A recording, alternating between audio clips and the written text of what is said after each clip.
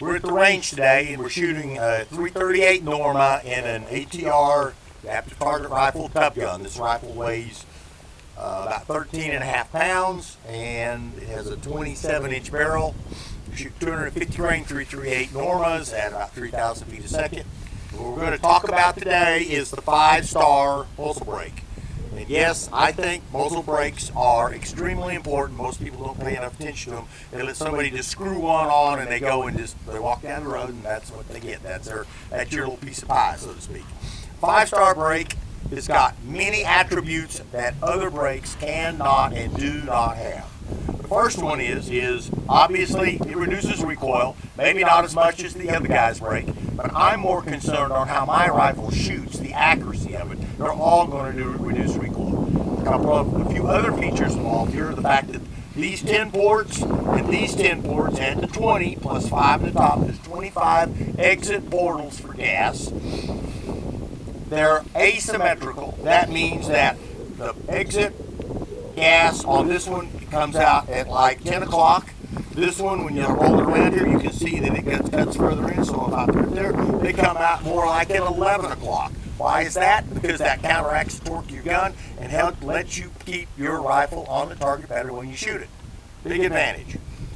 The brakes blow gas right and left. They do not blow it to the rear. Of course, there's no bolts on the bottom, so it's not stirring up any dirt. The other thing is the internal baffles on our brake are designed to make your rifle more accurate, as well as the fact that with the 5-star brake and the trailing locking nut, you can tune your rifle, or you can tune the accuracy of the rifle based on how you adjust the brake. And today we're going to shoot 4 different groups, 3-shot seats at 200 yards, and we're going to go down at the end and we're going to look at target number 2 down there, and we'll see where this one was all, when it's a 0 or all the way in. We'll lock it there. So you use a couple of crescents and a trailing locking nut, of course, along with the brake, and you get it like that, and you get it pretty level, and you snug it up. So we'll shoot 3 shots, then we'll break it loose, we'll spin it another turn out, lock it up, and we'll do that 3 more times, and we'll shoot 3-shot groups, and we're going to film it as we go, and we'll be all set, all right? So just kind of watch, and also watch this game. This is hard to control a 250 grain bullet at 3,000 feet a second and shoot groups that are somewhere around a half or less MOA at 200 yards.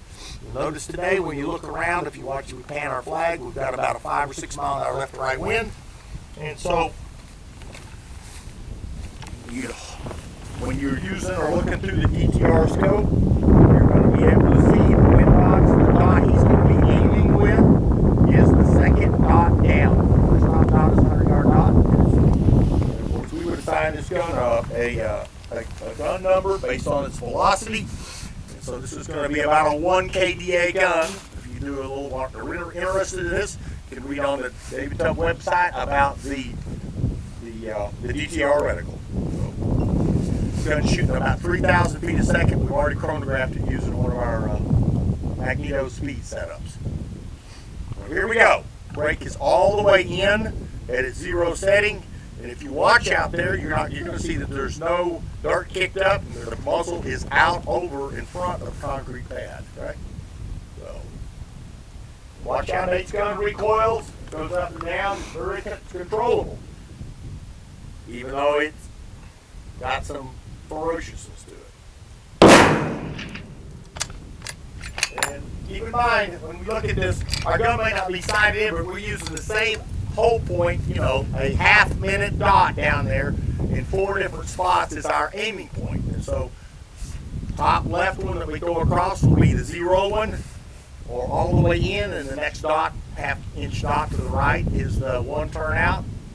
And we work it across accordingly. We come down to another row of dots to shoot the 3 turn out setup. One of these is going to shoot a better group than the others, just as it would on your gun.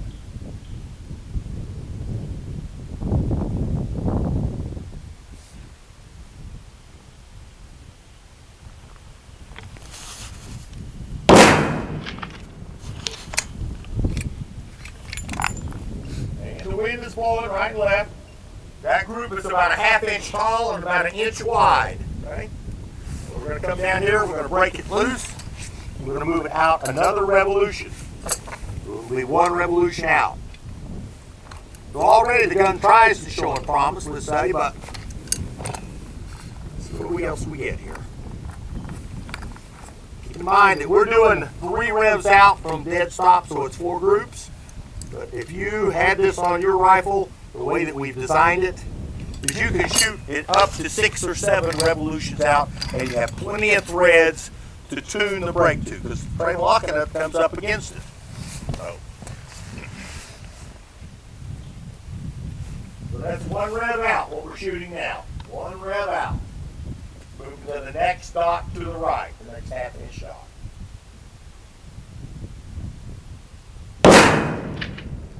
And he shot the dot, and the dot went away. So he's going to have to aim at a bullet hole on these. I've never had that happen. So evidently the adhesive on the dot. Can you see the bullet holes okay, Nate? Yep. Okay. I guess that means that gun is really zeroed.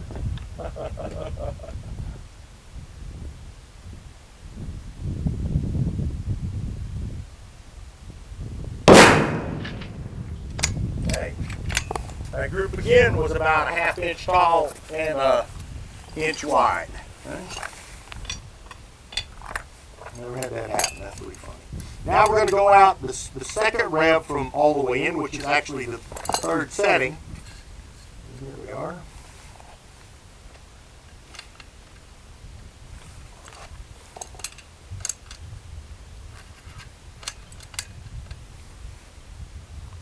Okay.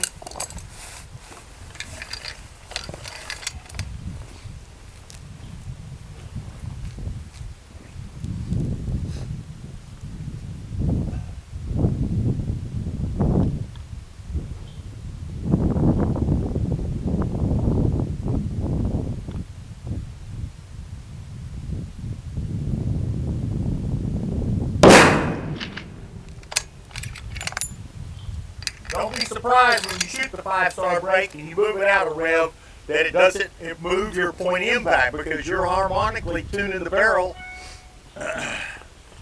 by each rev, and so consequently sometimes the point impact shifts 1 inch or 2, and you go, wow, that's a big move. Well, just think about how many vibrational nodes are going up and down when that bullet's leaving, you know? It's a lot of stuff going on.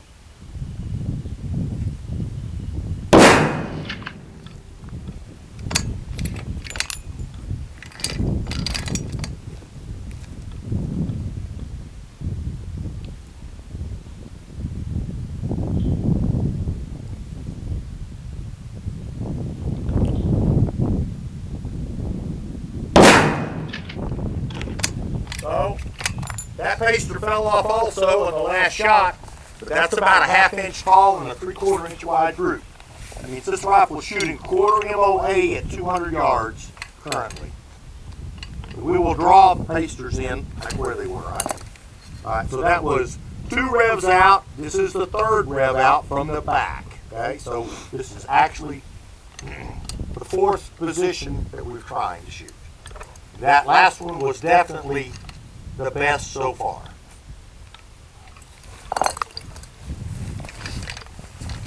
I think it's cold out, and that may be why the adhesive on those black pasters, 1/2 inch pasters up there. So now he's going to go down a row and shoot the one on the left.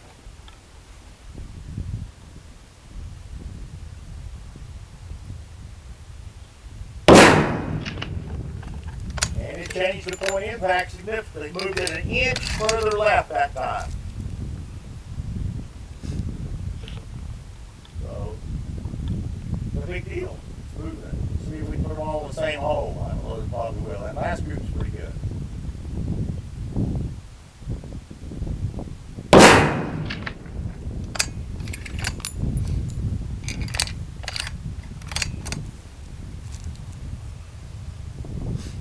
When you shoot tests like this, you can repeat it. So you can shoot this test 2 or 3 times. Double check or triple check yourself.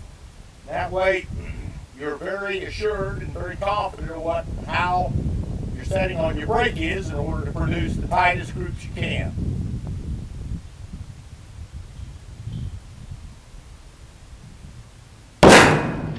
Yep, that was the worst group the gun shot. So the best group was 1 turn in. So we're gonna, while we're here, we're gonna break it loose.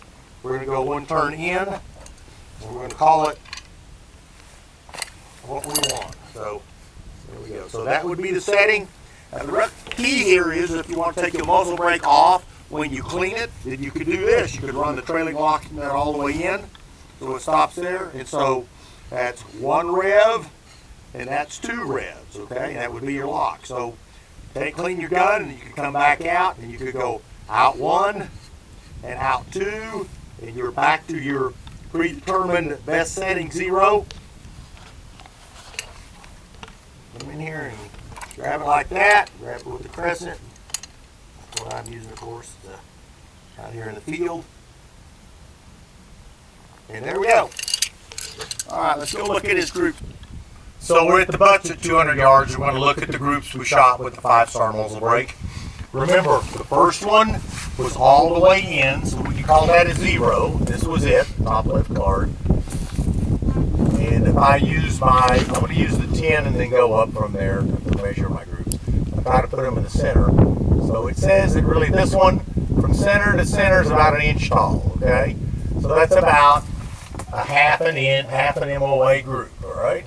First group. Second group was here, and if you look right here, you can see the main outline of the black pastry that he shot.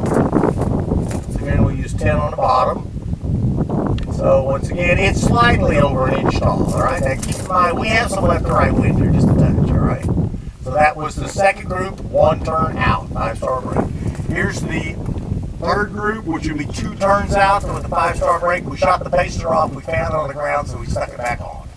Give you an idea. So if you measure it, center to center, it's slightly over a half an inch tall, okay? That's a 1/4 MOA shooting gun, okay? And we broke it loose again, and we came down to this card and moved it 3 complete revolutions out. You can see it, oh, no question about it, it didn't like it, okay? Because this group is 2.5, just slightly less than 2.5 inches tall, which is like an MOA, all right? So, no question, I would have gone with the one that had 2 revolutions out from dead bottom. You can shoot the group again, shoot the test again. You can shoot it 5, 6, and 7 revolutions out. And you can go in and you can repeat your tests multiple times to attain your confidence level. And of course it's repeatable because you can take the brake off and put it back in the same spot and it will repeat itself. Once again, the 5-star brake available from David Tubb, and it is available in stainless steel. The trailing locking nut and the brake come as a package and or in black anodized, and they are set up currently when you use them for a 6mm. We had to drill the holes out appropriately for a .338 or whatever caliber you're going to use. And it's for what you get and the bang for the buck, I don't think you can